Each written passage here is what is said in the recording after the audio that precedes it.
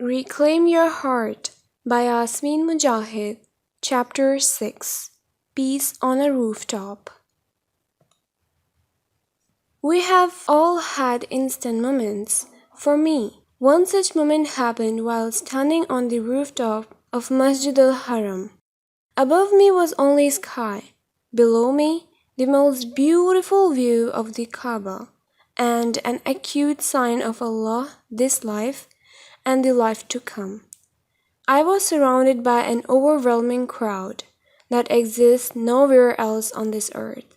But for me, it could have been that I was standing completely alone with Allah. I brought with me to that rooftop so much heartache, confusion, and doubt. I came with so much weakness, human frailty, and pain. Standing at a crossroads in my life, I brought with me fear of what was to come and hope in what could be. So as I stood on that roof, I remembered the story of Musa alayhi salam, may Allah be pleased with him, standing at the Red Sea. His physical eyes saw nothing but a wall of water, entrapping him as an army approached.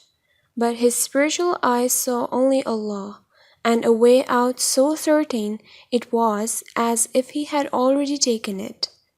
While the voices of his people, bereft of trust or hope, spoke only of being overtaken, Musa alayhi salam did not waver.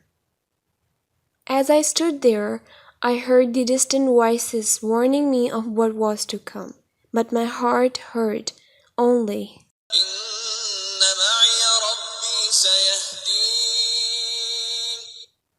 Truly my Lord is with me, He will guide me through. Quran, chapter 26, verse 62. However, seeing through the illusions of hardship, confusion, and pain that surround us can only happen when we allow our heart to focus. The foundation of Islam is Tawheed, oneness. But Tawheed is not just about saying that God is one. It is so much deeper.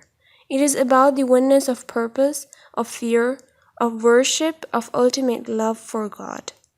It is the oneness of vision and focus. It is to direct one's sight on one singular point, allowing everything else to fall into place. One of the most beautiful traditions of the Prophet ﷺ captures this concept perfectly. He ﷺ said, "Whoever makes the hereafter his preoccupation, then Allah places freedom from want in his heart, gathers his affairs, and dunya, worldly life, comes to him despite being reluctant to do so.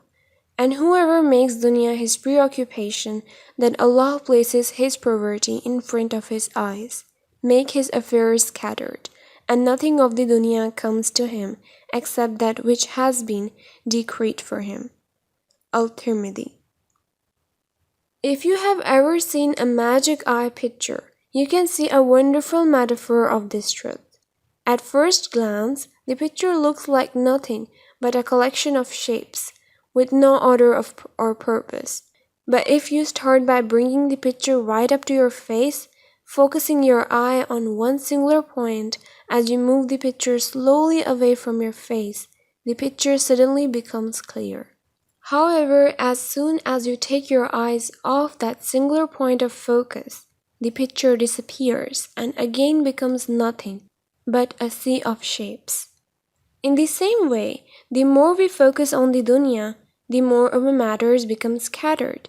The more we run after the dunya, the more it runs away from us. The more we chase wealth, ironically, the more poverty we feel. If money is the focus, you will find that no matter how much money you have, you will always fear losing it. This preoccupation is poverty itself. That is why Prophet ﷺ says about such people that poverty is always in front of their eyes. That is all they see. No matter how much they have, there is no contentment, only greed for more and fear of loss. But for the ones who focus on Allah, the dunya comes to them, and Allah puts contentment in their hearts, even if they have less, they feel rich and are more willing to give from that wealth.